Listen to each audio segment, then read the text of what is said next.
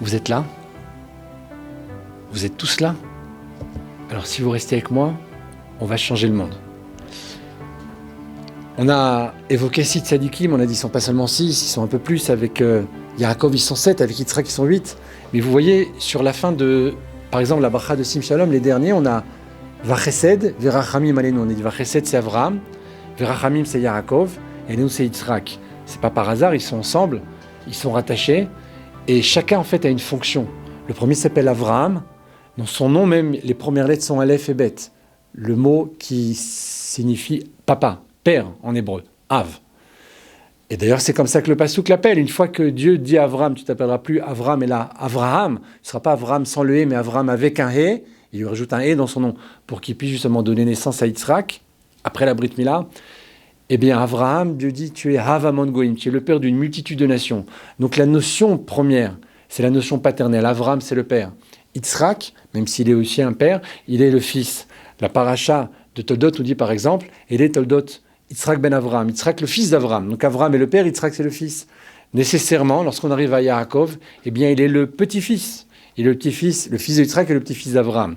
Pourquoi je vous dis tout ça? Parce qu'en hébreu, un petit peu de grammaire, eh bien ces mots sont Av, Ben et Neched. On va les développer chacun gentiment, doucement. Écoutez bien, c'est magnifique. Av, on a dit Aleph, Bet. La deuxième lettre qui compose le mot Av, qui sont Aleph et Bet, dans l'ordre d'ailleurs, eh bien c'est la lettre Bet. Écoutez bien, la lettre Bet, c'est la première lettre du mot Ben, le fils, en hébreu. Donc le fils est la suite nécessairement du père, de façon biologique, de façon spirituelle. Lorsqu'on prend la dernière lettre du mot Ben, qui signifie fils en hébreu, Bet et Nun, eh bien la dernière lettre Nun est la première lettre du mot Neched, le petit-fils en hébreu. Pourquoi tout cela? Parce qu'il y a ici succession, même dans les mots, dans l'étymologie même des mots en hébreu. Eh bien, parce que Dieu crée le monde avec ses 22 lettres à chaque instant, eh bien on a ici le message du Père qui transmet au Fils puis au Petit-Fils. Pourquoi je vous dis tout cela?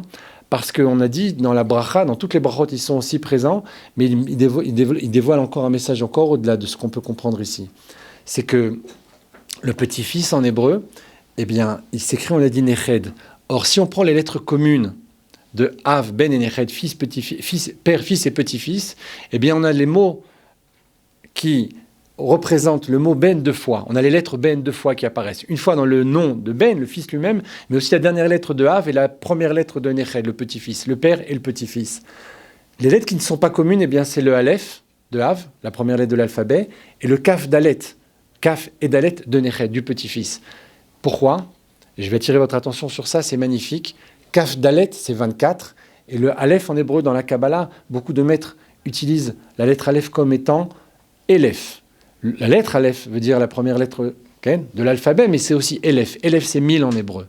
Eh bien, lorsque j'ai Kaf Dalet à la fin et Aleph au début, eh bien, j'ai Kaf Dalet Elef, j'ai 24 000. 24 000, si vous vous en souvenez bien, c'est un sujet qui revient dans la Torah à 3 reprises. Dans 2 cas, on le sait, tout le monde l'a étudié. La première fois, c'est évoqué dans les livres. La première fois que cela apparaît, eh bien, c'est lorsque Shrem va violer Dina, la fille de Yaakov. Or, on l'a dit, Yaakov est le petit-fils. Donc, il est le Neched, il est le petit-fils. Et la deuxième fois que ça se retrouve, eh bien, c'est chez Pinchas. Alors que Pinchas va tuer Zimri, alors qu'il est en train d'avoir des rapports dans la tente avec les filles, une des filles de Moab, d'un roi de Moab, qui s'appelle Cosbi. Là-bas, il va y avoir encore une fois 24 000 morts. Il y a eu 24 000 morts à Shrem. Lorsque Shimon et Lévi sont rentrés pour venger leur sœur, il y en aura encore 24 000. Donc, Kaf Dalet, Elef, c'est 24, et ce Aleph, donc 24 000 encore une fois. Lorsque Zimri va faire cette faute, il aura une magéfa, il aura une épidémie, et 24 000 membres de la tribu de Shimon vont mourir. Si on continue encore avant, vous savez, dans l'histoire de Rabbi Akiva et de ses élèves, eh bien, ils étaient au nombre de 24 000, ils sont eux aussi morts. Là où c'est intéressant, là où c'est beau, et là, encore une fois, j'attire votre attention, c'est quelque chose d'extraordinaire, c'est que ces 24 000-là, ils sont liés avec le petit-fils. Pourquoi? Parce que Yaakov, on l'a dit, est le petit-fils d'Avraham. Pinchas n'est pas Cohen. Il va devenir Cohen à ce moment-là par son action. Il va même devenir, le sage nous dit, Pinchas et Eliaou. Lorsque Pinchas va faire cela, eh bien, le verset va témoigner qu'il est devenu Cohen. Comment? En disant Pinchas, Ben Eleazar, Ben Aaron à Cohen. Pinchas est le fils d'Éléazar, qui est lui-même le fils de Aaron, le premier Cohen. Donc on voit ici que sa description, la première fois qu'on le voit apparaître de façon claire et que Dieu témoigne lui-même qu'il le transforme en Cohen, eh bien il est le petit-fils d'Aaron. C'est ce que nous dit le verset. Ben Éléazar, Ben Aaron, le fils d'Éléazar, le fils d'Aaron. Donc il est le petit-fils. On a une fois le petit-fils, une deuxième fois le petit-fils. La troisième fois, c'est Rabbi Akiva. Alors je ne sais pas si vous le savez, mais Rabbi Akiva est ce qu'on appelle Ben Gerim, est un fils de converti. On l'appelle Akiva ben Yosef. Donc a priori son père lui-même est converti ou fils de converti. Donc si son père est converti et que Akiva est son fils, eh bien on a encore une fois 3 générations, parce que lorsqu'on parle d'un converti, on dit Ben Avraham, le fils d'Avraham, parce que c'est lui le premier, et que chaque converti devient son fils, puisque Avraham c'est celui qui a la première fois fait des âmes. Donc on voit ici que Akiva est le fils de Yosef, mais il est encore une fois le fils d'Avraham lui aussi, donc il est aussi le petit-fils. Tout ça pour vous dire quoi ? Eh bien pour vous dire la chose suivante, c'est que Neched en hébreu, ce mot qui veut dire le petit-fils, c'est une valeur numérique de 74. Alors je ne sais pas si vous faites attention, mais quand vous dites le schéma Israël le matin, ou à d'autres reprises, eh bien dans la majorité des Sidurim, des livres, nous avons le schéma qui se termine avec un Aïn, et le Aïn est en grand, et le mot Echad à la fin de Shema Israël il est aussi en grand. On a ici le mot Aïn et Dalet, les lettres Aïn et Dalet, qui créent le mot Ed, témoin. Eh bien, cette 2 lettres qui vont composer le mot Ed, on va lire en numérique de 74, comme le mot Neched, comme le petit-fils, lui aussi. Pour ça que Rabbi Akiva est le petit-fils de Avraham, virtuellement. C'est pour ça que Pinchas devient Cohen lorsqu'on le fait, on le rapporte, on le ramène ici à Aaron, il est donc son petit-fils, et Yaakov, nécessairement, puisqu'il est le fils de Yitzhak et d'Avraham, et lui aussi le petit-fils. Donc on voit ici en allusion quelque chose d'extraordinaire. Ce mot de Neched évoque ici, au-delà donc du la première lettre de Av, le père, et la dernière lettre de Neched, qui sont 24 000, c'est 24 000 qu'on a vu, mais on voit encore une fois ce Aïn et ce Dalet du schéma Israël. Pourquoi ? Je vais vous expliquer pourquoi. Parce que Yaakov Avinu, lorsqu'il a quitté ce monde, a eu peur, parce qu'il voulait dévoiler la Géoula, justement, la fin des temps, et a vu qu'il n'arrivait pas. Il a eu peur qu'il ait en son sein, qu'il ait parmi ses fils, un enfant comme Ishmaël ou comme Esav. Il a dit peut-être comme mon père, Yitzhak, qui a donné naissance à Esav, ou comme Avraham qui a donné naissance à Ishmaël. Peut-être qu'un de mes fils n'est pas caché, ne peut pas recevoir cette névoie. Et là, ses fils, ayant senti son doute, sa crainte, parce qu'il va quitter ce monde, lui disent Shema Israël, Hashem Elokeinu, Hashem Echad. Écoute Israël, Dieu, notre Dieu, Dieu est un. Lorsqu'ils disent Shema Israël, Israël c'est Yaakov, il s'adresse à lui, il lui parle à lui, il dit t'inquiète pas, on est tous ensemble, il y a une redoute absolue, l'unité est totale, nous restons dans tes valeurs. Et là, Yaakov répond Baruch Shem Kevod Malchut Leolam Vaed. Et c'est la réponse de Yaakov, c'est la suite du Shema Israël.